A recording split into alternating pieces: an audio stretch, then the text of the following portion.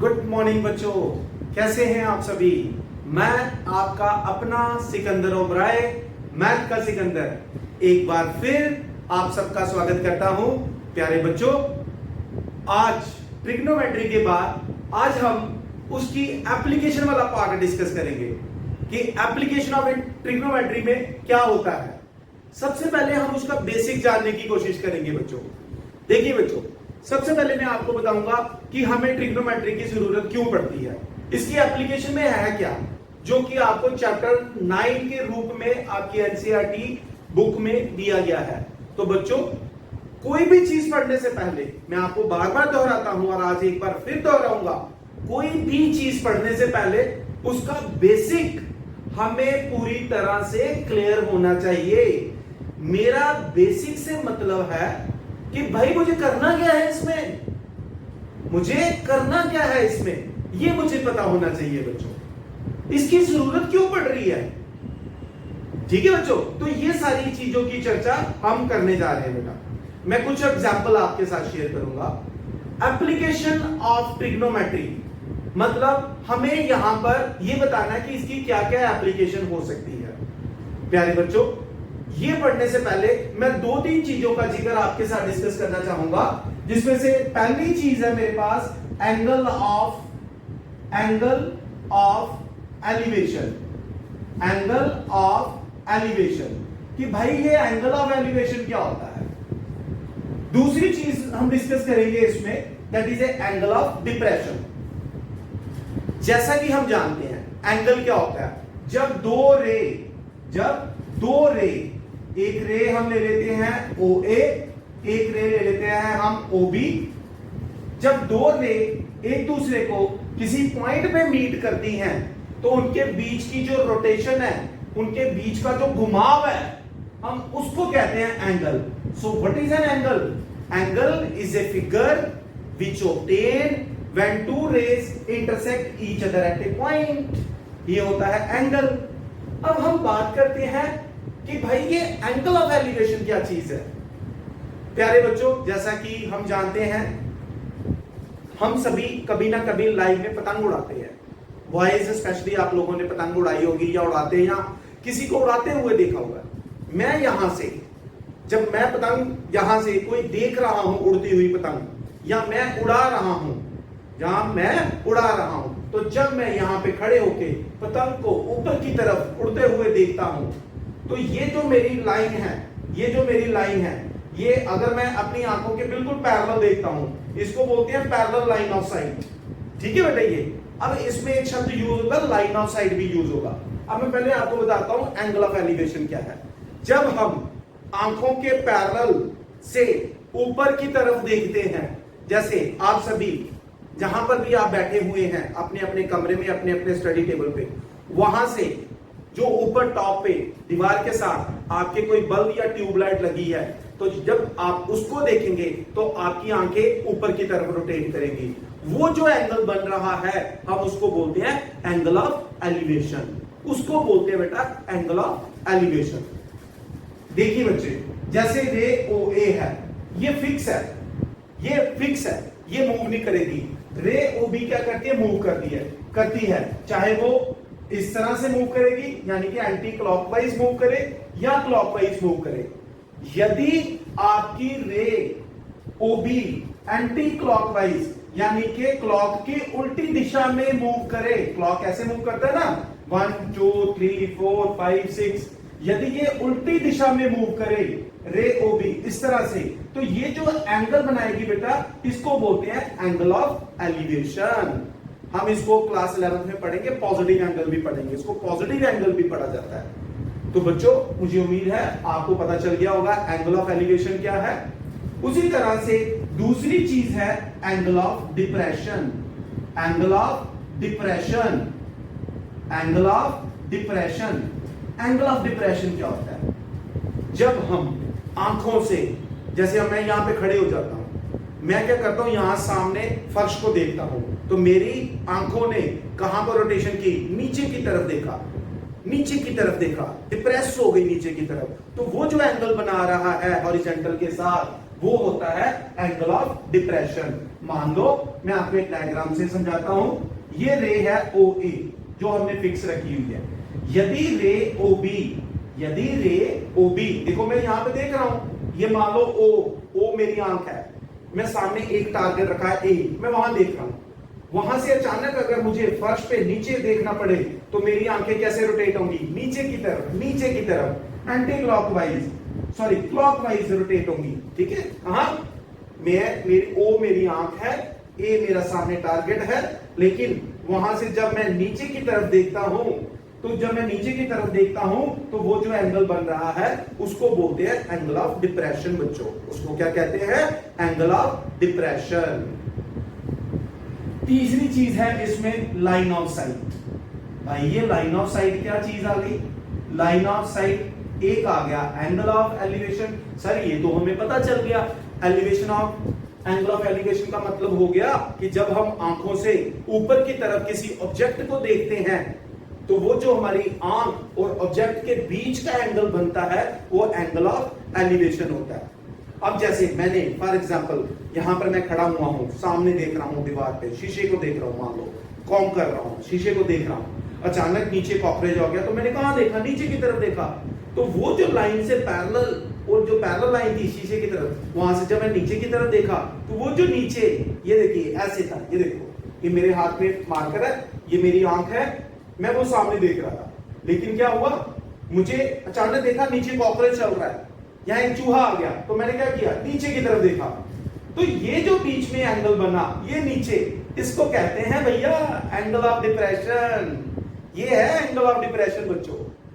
Clear? यहां से खड़े होके मैंने ऊपर की तरफ देखना है, ये मैं ऊपर देख रहा हूं, तो ये जो बीच में ऊपर की तरफ एंगल बन रहा है, ये बन रहा है एंगल ऑफ एलिवेशन, ये बन रहा है angle of depression. Clear? That's it. अब आती है बात लाइन ऑफ साइट। भाई यहां पर मैं खड़े होके किसी चीज को देख रहा हूं, मान लो वो चीज यहां पर है, चाहे वो चीज यहां पर है, चाहे वो चीज यहां पर है।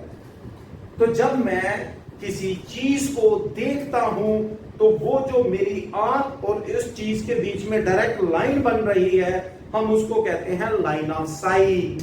जैसे अब मैं आप सबको कैमरे में देख रहा हूं, तो मेरा और आपकी आंखों के बीच का जो कांटेक्ट बन रहा है वो है लाइन ऑफ साइट बच्चों। तो बच्चों height and distance application of trigonometry पढ़ने से पहले हमें इन तीन चीजों का पता होना चाहिए। एंगल ऑफ एलिवेशन मतलब ऊंचाई की तरफ देखना, एंगल ऑफ डिप्रेशन मतलब नीचे की तरफ, वो एंगल ऑफ डिप्रेशन मतलब नेगेटिविटी, एलिवेशन मतलब पॉजिटिविटी, पॉजिटिव ऊपर, नेगेटिव नीचे। That's it. Line of site आपको मैंने बता दिया कि ऑब्जर्वर और ऑब्जेक्ट के बीच में, मान लो यहां पर एक लड़का खड़ा हुआ है, ठीक है, यहां पर एक लड़का खड़ा हुआ है, मैंने बना दिया भाई लड़के का कार्टून, ठीक है, लड़की भी हो सकती है ये। यहां पर एक काइट फ्लाई कर रही है, ठीक है, काइट फ्लाई कर रही है, ये काइट बना देता हूं, उसको देख रहे हैं। तो ये जो यहां से आंख से उस काइट को देखा जा रहा है, ये जो जिस रास्ते से, उसको बोलते हैं लाइन ऑफ साइट। उसको क्या कहते हैं? Line of site. तो ये तीन चीजों का आपने खास ध्यान रखना है बच्चों। मैं उम्मीद करता हूं हाइट एंड डिस्टेंस स्टार्ट करने से पहले आपको इन तीनों चीजों का पता चल गया बच्चों। अब देखना जब हम एक्सरसाइज 9.1 डिस्कस करेंगे तो आपको इन क्वेश्चन को समझने में बहुत ही मजा आएगा। तो जल्दी से अपनी अपनी बुक में 9.1 का क्वेश्चन नंबर 1 देखिए बच्चों। क्वेश्चन नंबर 1 में लिखा हुआ है, मैं इसको मिटा रहा हूं बच्चों। क्वेश्चन 1 में लिखा हुआ है ए मैन इज क्लाइंबिंग। ध्यान से देखिए बेटा। A circus artist is climbing 20 metre long rope. Climb, एक सर्कस आर्टिस्ट है, वो क्या कर रहा है? 20 मीटर लंबी रस्सी को क्लाइंब कर रहा है। भाई रस्सी को क्लाइंब करेंगे। अब देखो याद रखना, मैं आपको एक चीज बताऊंगा। हम एक यहां पर डायग्राम बनाते हैं, राइट ट्रायंगल। भाई ट्रिग्नोमेट्री में राइट ट्रायंगल का बहुत बड़ा योगदान है, याद रखना, ठीक है, ये पॉइंट ए आ गया, ये पॉइंट बी आ गया, ये पॉइंट सी आ गया। क्या कहता है, कहता circus artist is climbing 20 metre long rope which is tightly stressed, tight करके उस रस्सी को बांधा हुआ है, and from the top of the vertical pole to the ground, एक रस्सी ली, ये पोल आ गया बेटा, ये पोल आ गया बीसी, इसके टॉप पर एक रस्सी बांधी और खींच के उसको जमीन पे खूंटा गाड़ के हमने यहां पर अटैच कर दिया उस रस्सी को। तो अब आर्टिस्ट क्या कर रहा है, यहां पे चल रहा है, और ये कितना दिया है, ये 20 मीटर लॉन्ग रोप है, ये क्या है, ये 20 मीटर लंबी रस्सी है। आगे क्या कहता है, कहता है from the height of the pole if the angle made by the rope with the ground, angle made by the rope with the ground, ground कौन है यहां पर, ए बी। भैया इसको समझेंगे, चुटकियों में आंसर आएगा। कहता है इस रस्सी ने ग्राउंड लेवल के साथ 30 डिग्री का एंगल बना दिया, तो बताओ ये जो वर्टिकल पोल है इसकी हाइट क्या है। बहुत ही आसान क्वेश्चन है बच्चों। तो फिर वही अपना जादुई सारे चेले तेरे पंडित बद्री प्रसाद हर हर बोले। भाई देखिए अब आप, हमें हाइपोटेन्यूज दिया है, परपेंडिकुलर की बात कर रहा है, तो हाइपोटेन्यूज और परपेंडिकुलर की रिलेशन तो भाई कहां पर है, हाइपोटेन्यूज और परपेंडिकुलर, ये रहा परपेंडिकुलर, ये हाइपोटेन्यूज, कॉस में क्या है, बेस अपॉन हाइपोटेन्यूज, यहां परपेंडिकुलर अपॉन बेस। तो बच्चों सबसे पहले हम इस क्वेश्चन को लिखते हैं, लेट कर लेते हैं, let AC is the rope, AC क्या है यहां पे रोप, इसका मतलब सर AC की तो वैल्यू 20 मीटर हो गई। बिल्कुल बच्चे, बिल्कुल सही कह रहे हैं आप। Let the height of the pole, height of a pole is equal to h metre, and angle, let कर लेते हैं, हमें क्या एंगल दिया, एंगल BAC कितना है, 30 degree. Therefore, in right triangle ABC, बच्चों परपेंडिकुलर सॉल्व करना है, हाइपोटेन्यूज दिया हुआ है, तो सारे चेले तेरे पंडित बद्री प्रसाद हर हर बोले। तो आपको यहां से ही पता चलेगा सर परपेंडिकुलर और हाइपोटेन्यूज तो साइन में है, तो बच्चों हम इसमें देखेंगे साइन 30। साइन क्या होता है, परपेंडिकुलर अपॉन हाइपोटेन्यूज। तो बच्चों आपका परपेंडिकुलर कौन है यहाँ पे, BC, और हाइपोटेन्यूज कौन है, AC। तो चलिए जरा साइन 30 की वैल्यू हम जानते हैं, 1/2, 1/2, इट्स 1/2। BC H, BC क्या है H, और हाइपोटेन्यूज आपका है 20। तो यहां से इसको क्रॉस मल्टीप्लाई करते हैं, तो H की वैल्यू आ गई 20/2, यानी कि 10 मीटर। तो यानी कि भाई ये जो वर्टिकल लेंथ है, ये जो हाइट है इस पोल की, वो 10 मीटर की है बच्चों। तो ये है आपका एप्लीकेशन ऑफ ट्रिग्नोमेट्री 9.1 का क्वेश्चन नंबर पहला बच्चों। जल्दी से आप इस वीडियो को देखें, और मैंने आपको पहले ही हिदायत दी हुई है कि क्वेश्चन पहले सुनना है, ध्यान से देखना है मैं क्या बोल रहा हूं, उसके बाद आपने उसको नोट करना है बच्चों। तो जल्दी से इसको नोट करिए। अब हम बढ़ेंगे क्वेश्चन नंबर 2 की तरह बच्चों। पहले बच्चों अगला क्वेश्चन है हमारे पास, क्वेश्चन नंबर 2। मैंने यहां पर एक ट्री बनाया हुआ है, कोशिश की है एक ट्री बनाने की, आप भी एक डायग्राम से एक ट्री बनाइएगा, आपको क्वेश्चन समझ आएगा बड़ी आसानी से। जोर का तूफान चल रहा है, बहुत बारिश हो रही है, भयंकर तूफान आया हुआ है। एक पेड़ झूल रहा था, वो झूलते झूलते टूट गया, कहीं से बीच में टूटा या थोड़ा ऊपर से या नीचे से कहीं से टूटा। बहुत जोरों का तूफान आ रहा था, पेड़ झूलते झूलते टूट गया और टूटकर वो जमीन को टच करने लगा, जमीन को टच करने लगा। कहता है कि जहां पर पेड़ जमीन पर टच कर रहा है, यानी कि पॉइंट ए का foot of the tree, foot of the tree कौन सा था, ये था पॉइंट बी, यहां से यहां तक का जो डिस्टेंस है वो 8 मीटर है। और जब ये टूटकर पेड़ नीचे गिरा तो इसने ग्राउंड के साथ बना दिया 30 डिग्री का एंगल। तो भाई बताइए इस पेड़ की ऊंचाई क्या है, इस पेड़ की ऊंचाई क्या है, इस पेड़ की टोटल लेंथ क्या है। बच्चों जरा ध्यान से देखो एक बार फिर क्वेश्चन नंबर 2 जो आपकी टेक्स्ट बुक में लिखा हुआ है, मैं पढ़ता हूं, मेरे हाथ में बुक है। A tree breaks due to storm and broken part bends so that top of the tree touches the ground making an angle 30 degree with it। it का मतलब ग्राउंड।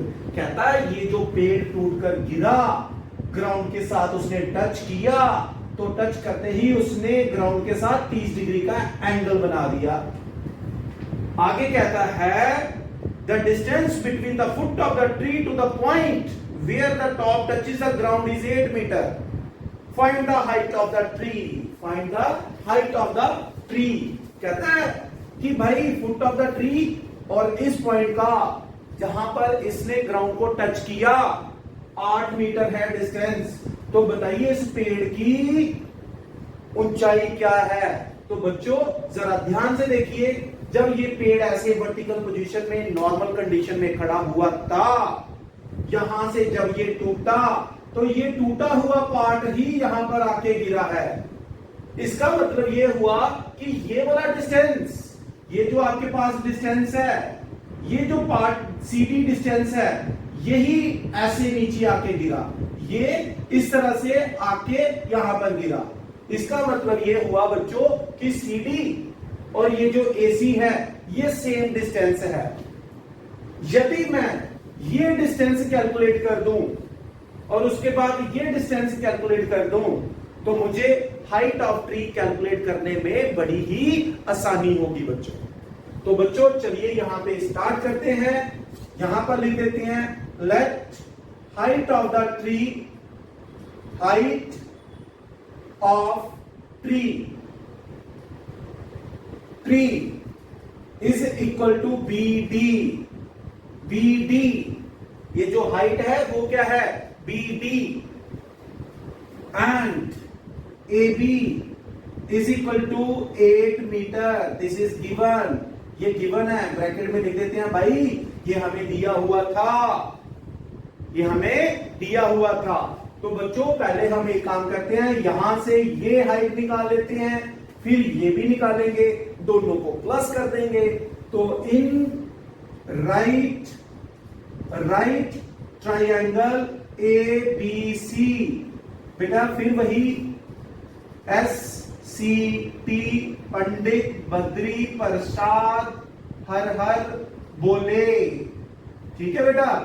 तो जरा देखिए बेटा, यदि आप इसको कैलकुलेट करना चाहते हैं BC को, तो ये परपेंडिकुलर है, ये बेस है, तो परपेंडिकुलर और बेस हम tan लगाते हैं बेटा।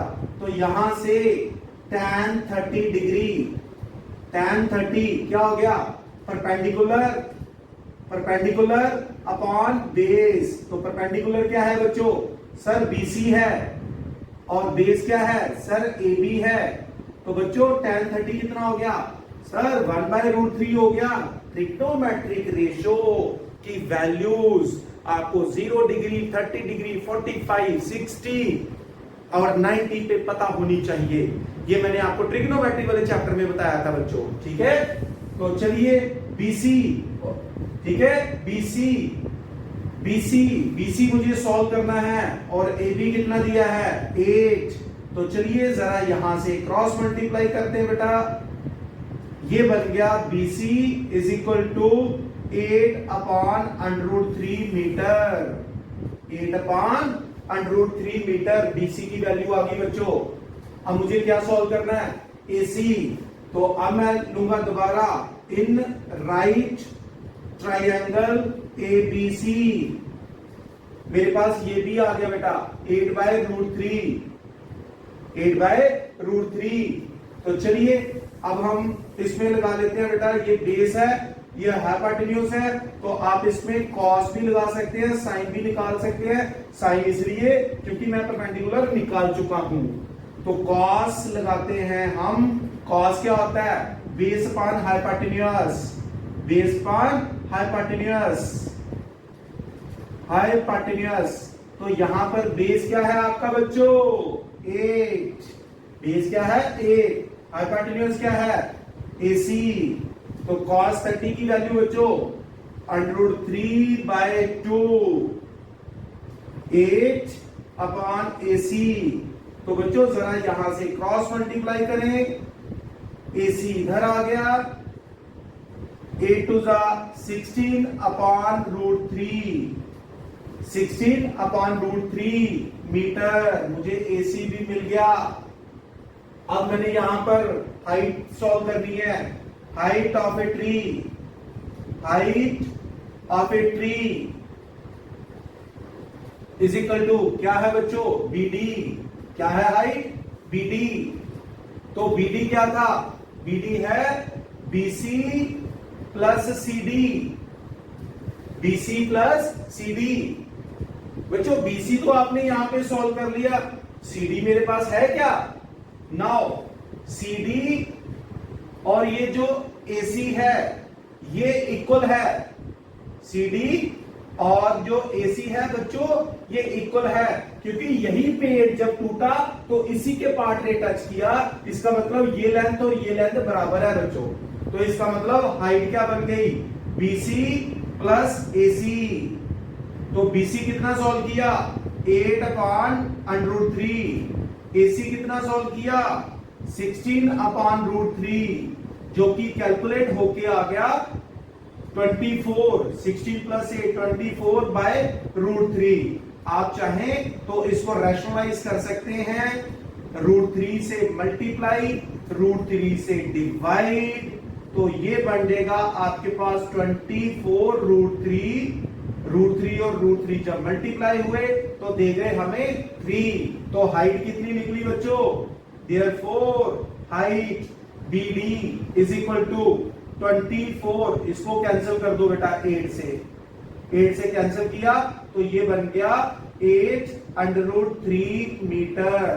तो बेटा ये जो टोटल लंबाई निकली इसकी कितनी आ गई 8√3 मीटर। तो ये था हमारे पास क्वेश्चन नंबर 2, जो कि बहुत ही आसान था।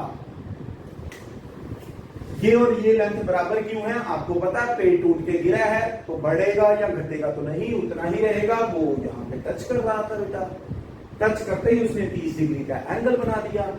एक बार मैंने tan लगाया, एक बार मैंने cos लगाया, तो दोनों वैल्यू निकली, दोनों को प्लस किया तो हमारा पेड़ जैसे ये देखो ऐसे पेड़ था, ये पेड़ था, तूफान चल रहा था, टूटा और ग्राउंड पे ऐसे टच करने लगा बच्चों। तो ये देखो जरा, ये जो आपका AC है, यहां AC, ये ऊपर क्या था CD था, नीचे आते ये AC बन गया।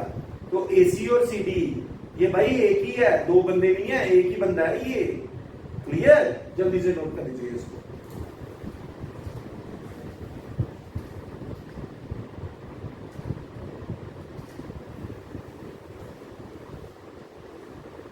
ओके प्यारे बच्चों, पढ़ाई के साथ साथ खेलना बहुत आवश्यक है। जब तक हमारे बच्चे खेलेंगे नहीं, कूदेंगे नहीं, थकेंगे नहीं, तो वो आगे कैसे बढ़ेंगे बच्चों। पर खेलना क्या है, फिजिकल गेम खेलनी है, मोबाइल वाली गेम नहीं खेलनी है हमें, अपनी आंखों को भी बचाना है हमें, ठीक है। तो आपकी इस खुशी को ध्यान में रखते हुए हम क्या कर रहे हैं, एक बड़ा इंटरेस्टिंग क्वेश्चन पढ़ रहे हैं जिसमें खेलों का जिक्र हो रहा है। हमने क्या किया, हमारे पास दो तरह के बच्चे हैं, एक 5 साल से छोटे, एक 5 साल से बड़े, ठीक है, 5 साल से छोटे और 5 साल से बड़े। हमने क्या किया, ये जो 5 साल के बच्चे थे इनके लिए हमने एक झूला लगाना भाई, स्लाइड्स लगानी है। छोटे बच्चों को इनकी सेफ्टी को ध्यान में रखते हुए हम झूले की ऊंचाई रखेंगे 1.5 मीटर, कितनी 1.5 मीटर, और इनकी एक हम स्लाइड बना देंगे जिससे ये बड़े आराम से स्लाइड ले सकें, इनको कोई प्रॉब्लम ना हो बच्चों, ठीक है, इनको कोई प्रॉब्लम ना हो। और इनकी स्लाइड्स हम ऐसा करेंगे कि ग्राउंड से जब ये बच्चे इस स्लाइड के टॉप को देखेंगे तो उनको 30 डिग्री का एंगल दिखेगा। मुझे एंगल मिल गया, मुझे स्लाइड की हाइट मिल गई। एक बच्चा कहता है कि सर ये कितनी लंबी बनेगी? भाई इसका मतलब यहां से यहां तक बनेगी। सर ये क्या बात हुई, यहां से यहां बनेगी? भाई यहां से यहां तक को क्या कहते हैं? सर हाइपोटेन्यूज कहते हैं। तो ये क्या हो गया बच्चों? परपेंडिकुलर, ये हाइपोटेन्यूज। तो लगाओ साइन थीटा तो मिल जाएगी आपको लेंथ। बढ़िया। एक और बच्चे हैं थोड़े से बड़े हैं, 5 साल से बड़े हैं, वो कहते हैं नहीं हमें थोड़ी सी बड़ी स्लाइड दे दीजिए, हमें 1.5 मीटर की बजाय 3 मीटर ऊंची कर दीजिए और एक स्लाइड बना दीजिए हमारे लिए भी थोड़ी सी स्टीप मतलब ऐसे कड़ी हुई, गिरे तो बड़ा मजा आए वहां से चूड़ा लेते हुए जब नीचे फिसले हम लोग, और उसका एंगल 60 डिग्री का कर दीजिए, उसका एंगल 60 डिग्री का कर दीजिए। तो ये है हमारा क्वेश्चन नंबर 3। तो ये है for children less than 5 year, less than 5 years, ये 5। तो ओके प्यारे बच्चों, तो 2 स्लाइड्स हमने बना दी है। एक हमने बनाई है 5 साल से छोटे बच्चों के लिए, एक बनाई है 5 साल से बड़े बच्चों के लिए। अब हम देखते हैं कि उन दोनों की स्लाइड की लंबाई कितनी है, ये बताना है इस क्वेश्चन में। तो चलिए यहां पर हम लेट कर लेते हैं, let length of the slide is equal to x metre. तो बच्चों परपेंडिकुलर है इसकी लेंथ, ये स्लाइड क्या हो गई, ये जो स्लाइड होगी बेटा ये बन गई इसकी हाइपोटेन्यूज, ये क्या बन गई? हाइपोटेन्यूज। तो इसका मतलब यहां पर हो गया कि मुझे AC मिल गया यहां पर कितना, x मीटर।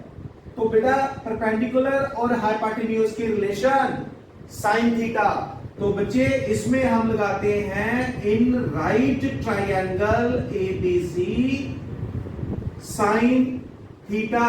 थीटा यहां पर क्या है? 30 डिग्री। क्या होता है बच्चों? Perpendicular upon hypotenuse. तो परपेंडिकुलर आपका दिया हुआ है 1.5, हाइपोटेन्यूज आपका दिया है x, और sine theta trigonometric ratio sir 1/2, value हमेशा अपने टिप्स पे बेटा। तो 1/2 is equal to 1.5 upon x। तो यहां से क्रॉस मल्टीप्लीकेशन करते हुए x को 1 के साथ और 1.5 को 2 के साथ मल्टीप्लाई करेंगे जब, तो x इंटू 1 हो गया x, तो ये बन गया 3 मीटर।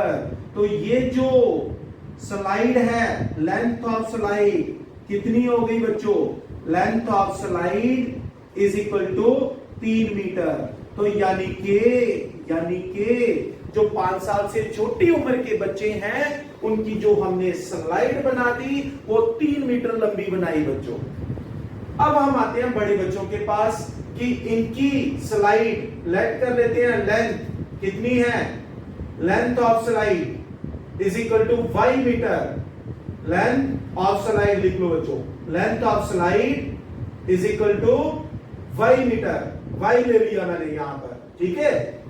Is it clear? तो फिर यहीं पर इन राइट ट्राइंगल कौन सा, यहां पर हम लेंगे DEF। तो बेटा परपेंडिकुलर और हाइपोटेन्यूज की रिलेशन फिर साइन में आ गई, तो यहां पर आएगा साइन थीटा।